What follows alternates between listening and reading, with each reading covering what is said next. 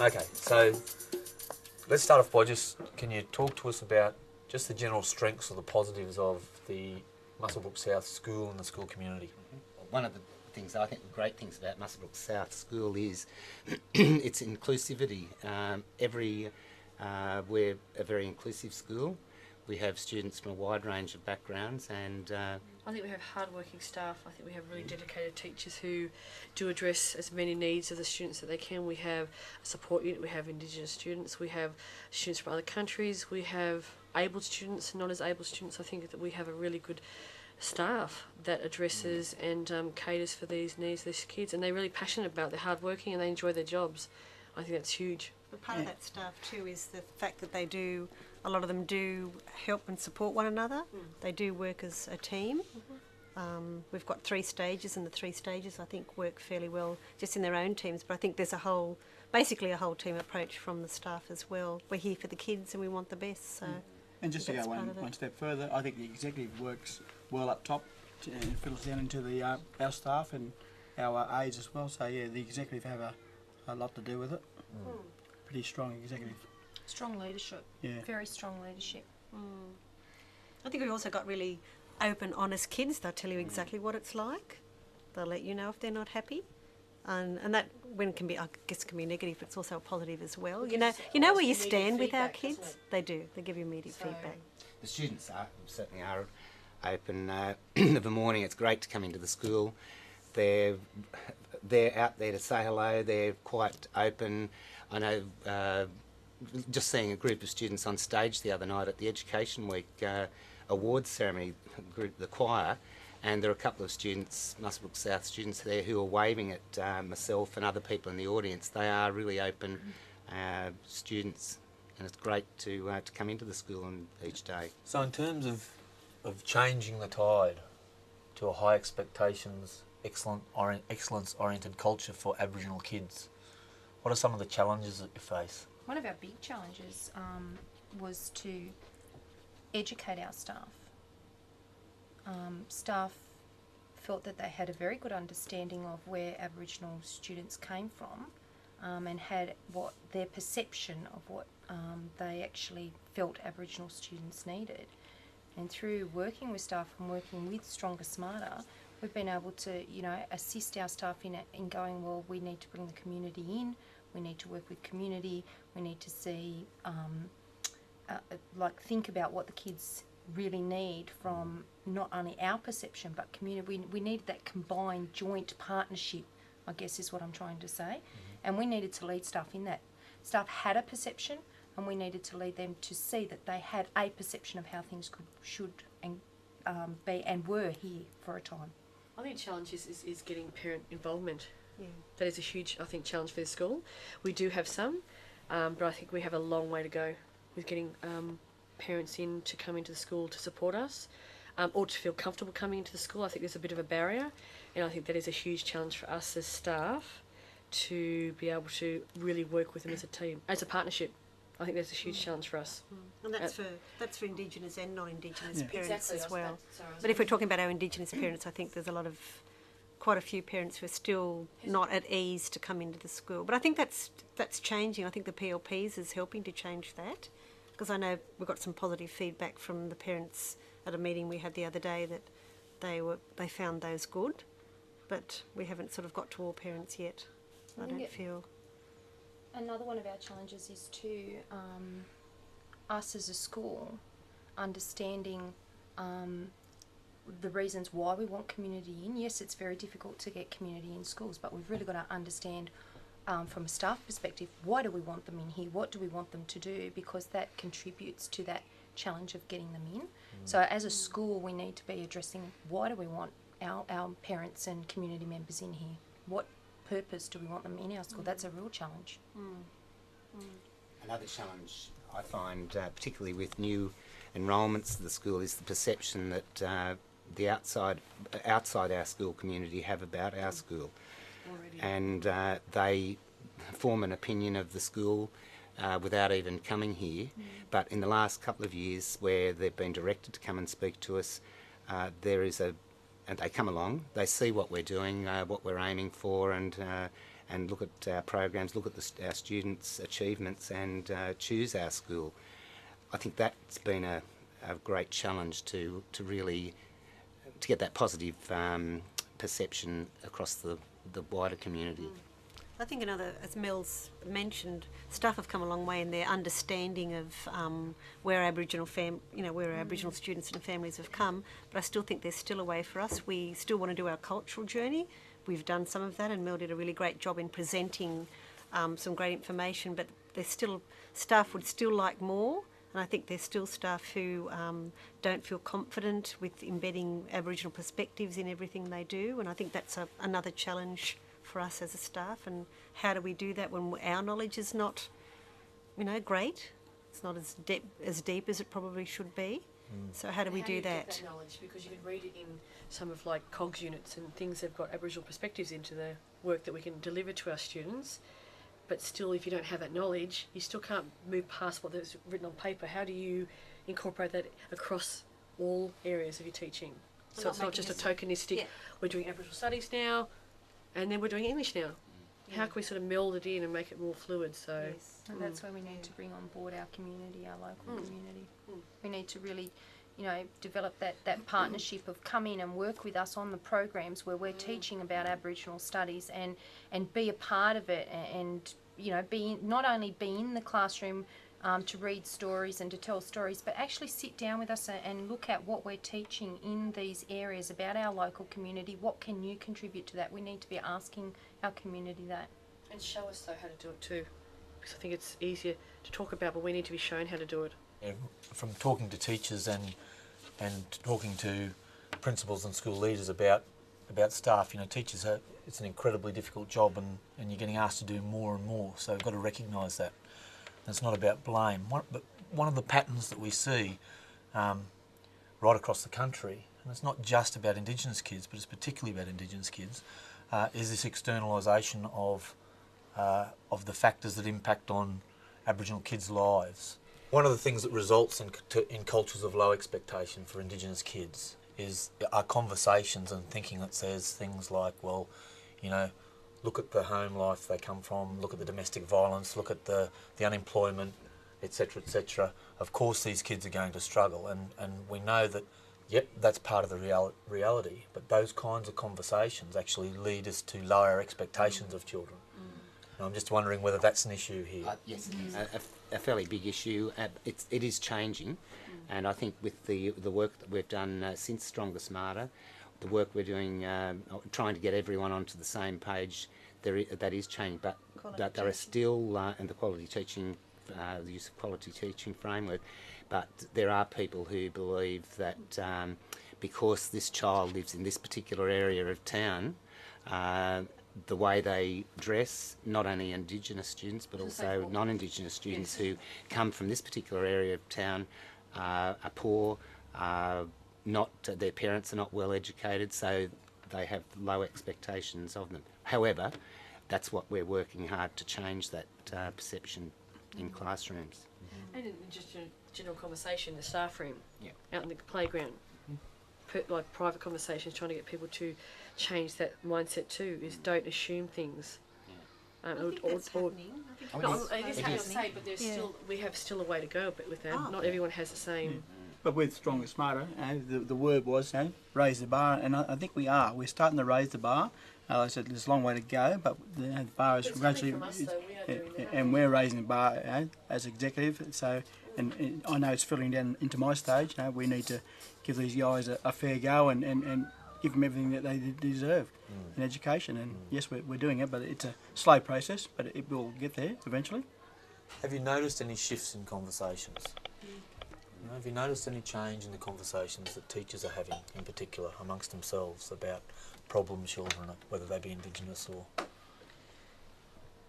There's a lot more conversation in staff rooms about student achievement rather than student behaviour. Since I've come into the school, my first term in the staff room was all about student behaviour. And I came on at the same time as we started SIPS and Stronger Smarter. And there's been a huge shift in now the conversations that are happening here about student achievement, what can we do to improve this in our classrooms? What strategy can we use to trial with this particular group or child? So there's been a big shift in conversations with And colleagues. conversations using the accelerated literacy jargon, and that teachers are in here talking about their reading programs or their literacy programs, and using the accelerated literacy terminology, which I think is great when you get people in here talking, having a conversation using the same language. Sharing their stories too, that's really great when they come in and say, oh, so-and-so wrote a sentence today, and they've used some of the language that the book that they studied, the author was using, and they've been excited about that. So there has been, I think, a bit more of a positive conversation. Yeah, because it really is easy to come in and just complain about the difficult, child you've had. But I think you're right. And I it's think that has changed. understandable, isn't it? It is, and it still happens. I think it's appropriate at times too, though, to be able to talk about student behaviour, because that's also how we can create change and maybe support one another, talk about ideas and stuff like that. Yeah, definitely. I think there's a time for it, that's for sure. There's been a shift away, slightly away from welfare, and more of a focus on curriculum literacy and numeracy, and that shift needs to be. The challenge for us is to focus on the curriculum. It's really to now focus on curriculum and move away more from our student welfare issues, I believe. Can I just flip back and then we'll move on to the next question? This issue of, you're talking about involvement of community and parents. How much of a challenge is that for you? Large percentage of our parents, we find it difficult to get them to come in to for meetings or for discussions with teachers. However, they come in flocking when we have a concert or a display where their children are performing. So we need to look at some of those things that are successful and build on those to get our community involved. And it's not only Indigenous parents, but it's also our wider community as well. I'm talking to some of our parents at a community meeting we did have the other day. I think it's lack of confidence too. You don't want to be put on the spot. You'd rather, some of the parents were saying they'd rather have an activity where you can all come and do something, and maybe you can do some incidental speaking, but don't put me on the spot. I think that's part of it, that lack of confidence, knowing what the teachers, what perhaps you'll be asked. It's knowing what the school wants. Yeah. Our challenge is, why do we want community in our school? Community comes in, we don't really understand why we want them in here. So a huge challenge for us as a school is to say, well, what is it that we want community in? Do we want them just in to share the success of their children when they do good things? Or do we want them in to assist with reading programs? Do we want, help with count me into, stuff like that? We really need to decide as a school, and I think that's a huge challenge. Community can't give us what we want if we don't know what it is we want ourselves.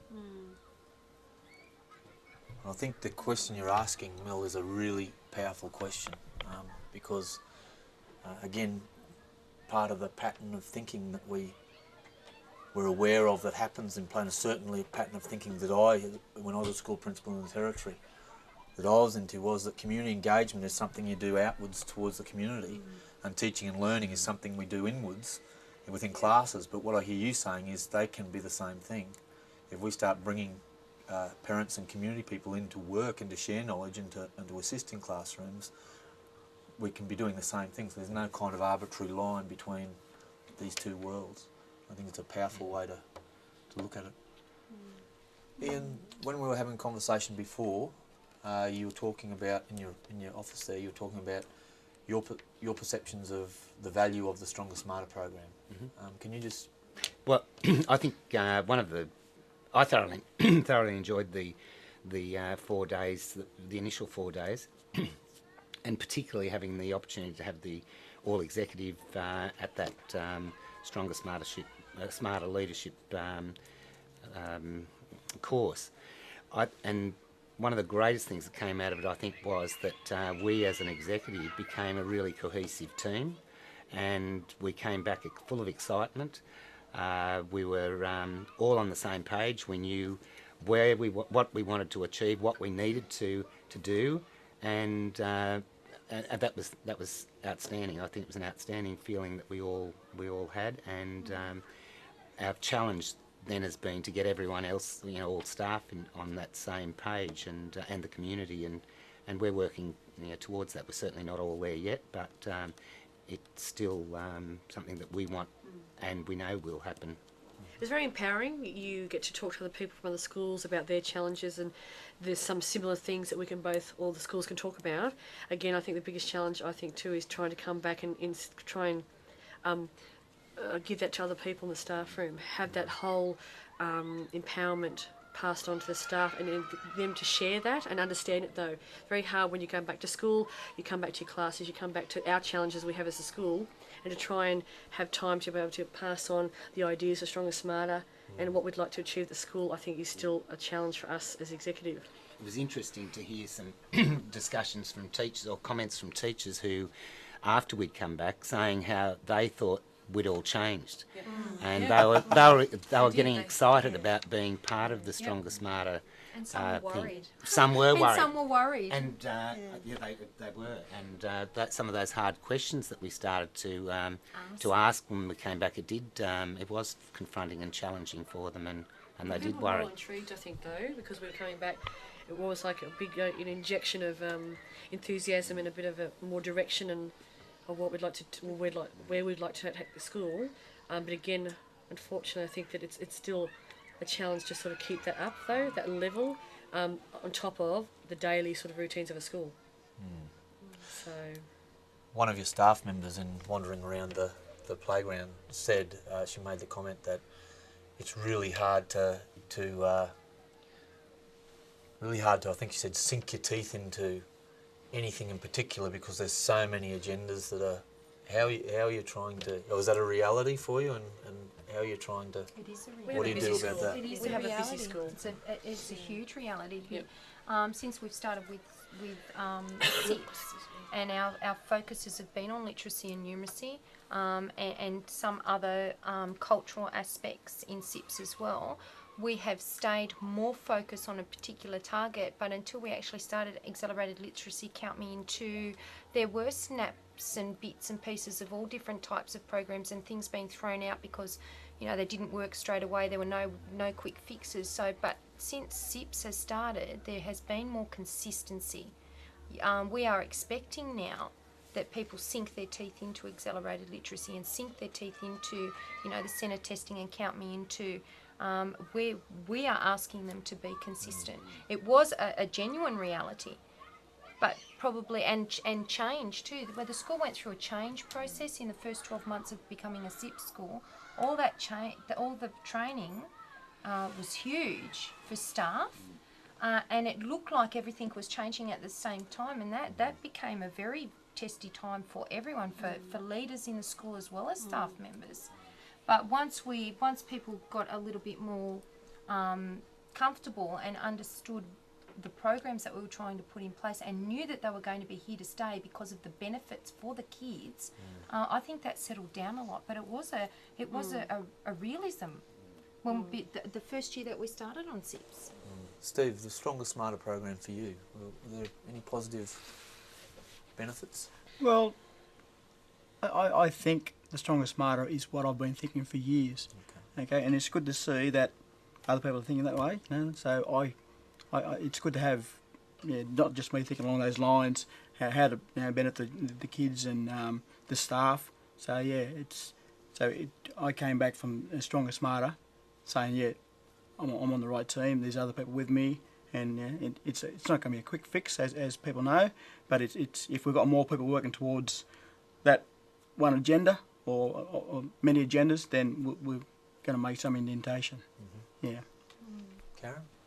I think I went down there and I thought that I was going to come back with all these answers, and I realised that a lot of Stronger Smarter is looking at yourself personally, looking at your leadership style, looking at the way your personal relationships with people. So some of it was really confronting, I think, because I had to come to terms with some things and to know that I wasn't going to come away just with all these answers. One of the positives has been the relationships we've made with Birrabban and Fennell Bay. We've done some training with both those schools, and we've had Lindy come up and talk to us about her PLPs. So we've made some really nice connections with those two schools, and we can learn from them and swap ideas. So that's been really positive. But just for me personally, it's just made me think about the way I do things as well. And I think, and coming back, staff did see that we were really excited as a group, and it has put us on the one page, as you said, Steve, and we worked together and recognised things we needed to do in the school. But it's also hard to keep up that momentum all the time. And to convince staff that Stronger Smarter wasn't another brand new program.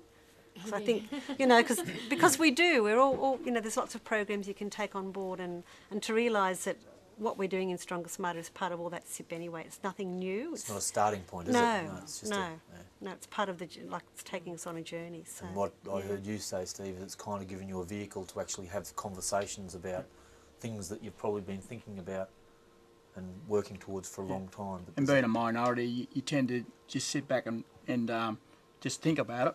But when you've got a majority that's happening around you, then you tend to run with them and make things happen. Yeah. Cool. So tell us about some of the innovations, the really positive things, the powerful things that are happening for Indigenous kids in Muswellbrook South. I think one of the terrific things that we're doing here for Indigenous kids is that we have all our kindergarten students start kindergarten. All our Aboriginal kindergarten students have had a 2 terms in a prior to school experience, which is something that they didn't have before, and it's absolutely exciting to see these kids come in term 3, and by the end of that term they're part of this school. They're going to the canteen, they're out in the playground, they know their way around, so that when they start school in the January the following year, they're really comfortable and they settle into their class really well. And it'll be interesting to see how their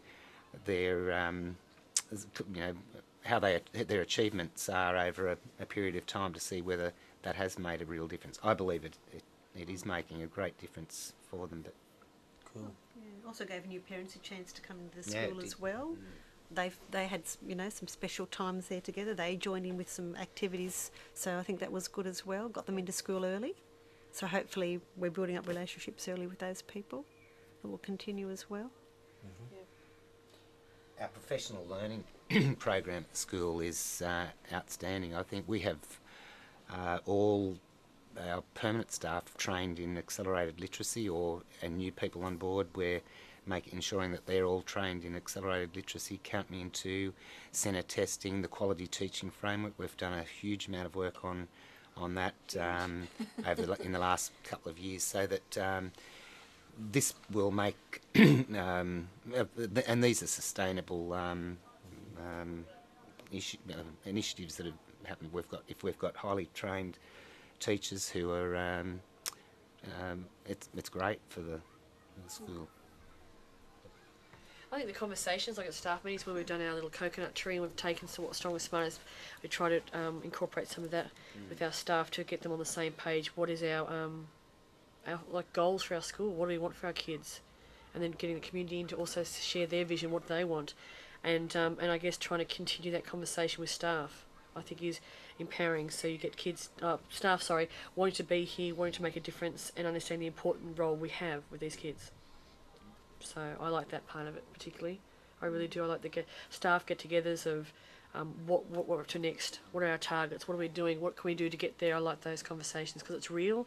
Staff are on the same page. We're trying to get them on the same page. I like the success stories.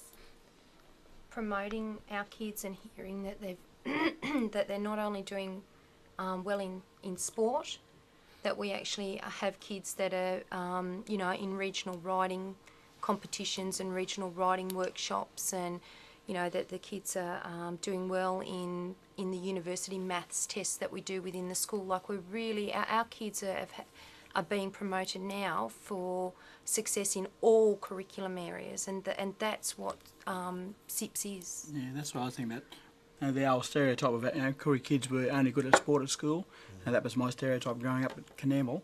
And we've moved along, and every aspect in their education they've been recognised for, and that's really good. Cool. I think we had an artist or cartoonist working at the school with a group of students 2 weeks ago, and he was so impressed with one of our Aboriginal students. He said that he was the most gifted and talented cartoonist that he'd worked with out of thousands of students he's worked with across the country. He also sent a letter to the school telling us that, and hoped that we would encourage Jessie to keep on with that. We've made a big thing about it, and we've now got Jessie doing some cartoons for the newsletter, and it's really made him feel really terrific about himself. His self-esteem has really improved. Things like that, those successes, I think they're great. You mentioned before that having everyone trained up on the same page with accelerated literacy. What does it count? Count me in two, yeah. Those kind of things really is going to have an impact on sustainability in terms of quality curriculum. How optimistic are you about, the ongoing march, the sustainability of what's happening here, the continuation of a high expectations culture for Indigenous children? I think it has to come from the top. I think that if it's going to be sustainable, that we have to be seen to be still as passionate, as enthusiastic, and believe in what we're doing. And I think that's how you keep everyone else motivated. I think that's how you're going to keep driving this machine. I think that if we become slack, teaching, the whole job of teaching is exhausting. Teachers are worked hard, but I think if we want to make a difference in this respect, that it has to come from the leaders of the school, and we need to keep driving it. And I think that other people can go along with the two and drive it on their own, but I think it still has to come from the top. We have to be seen passionate, enthusiastic, enjoy what we do, believe in what we do, and walk the talk, I guess. If we continue to celebrate successes all the time and show staff, this can happen, I think that'll help keep it sustainable as well. And also acknowledge the staff that they are doing a good job. Yeah. I think everyone likes to pat on their back sometimes, be acknowledged for that they do a good job. People respond to that, kids respond to that, so why wouldn't adults? And I think the whole team, staff need to celebrate the successes of what's happening at the school, so people can share in the feeling of that, and that'll hopefully also continue the drive. I think if you can see improvement, if you can see things changing, then surely you'd continue. And while ever I think we've got our executive at the helm, I think in years to come it's going to improve, it's going to happen. When one of us go or a couple of us go, then hopefully that person will come and take our spot, will be just as passionate and as driven as I am, and Mel and the other guys in what we do and why we do it. So hopefully the executive stay together for a while to come and keep driving what we're doing and why we're doing it. I think one of the best things about SIPs is that we train up our community. And I think the sustainability will come from our community. Our community won't accept anything less. They will have the highest expectations of the schools and the teachers that teach their children. And our community will demand that we give a good quality education to every child that steps through that door. And that is what we want. We want true schools in partnership. We want our community assisting us, but not accepting anything less for their children. And we've done that in our training. We with our support people that we've brought in, with community workshops that we have run. Even when we were doing the AEP, we invited people in to assist in the delivering of that. I think sustainability, our communities will help us drive that. Final says. Any messages you want to put out there to the Stronger, Smarter community and beyond? I really am looking forward to closing that gap between Indigenous and non-Indigenous students. And for this school here, I don't think it's all that far away. No, I don't. And I can't wait for the party. I think we've also really appreciated the fact that we've had the opportunity to have had the Stronger, Smarter training and to be included. We felt pretty privileged. We all sort of said that when we came back. We had a big sense of very thankful we had that opportunity. I certainly was. And with working with the team, the team and great team. Yeah, and seeing some inspirational Indigenous people, that was great to see as well. I think that was really good, very powerful. We've made shift in our school. We're in the 3rd year of our SIP cycle. we still have a long way to go. We do.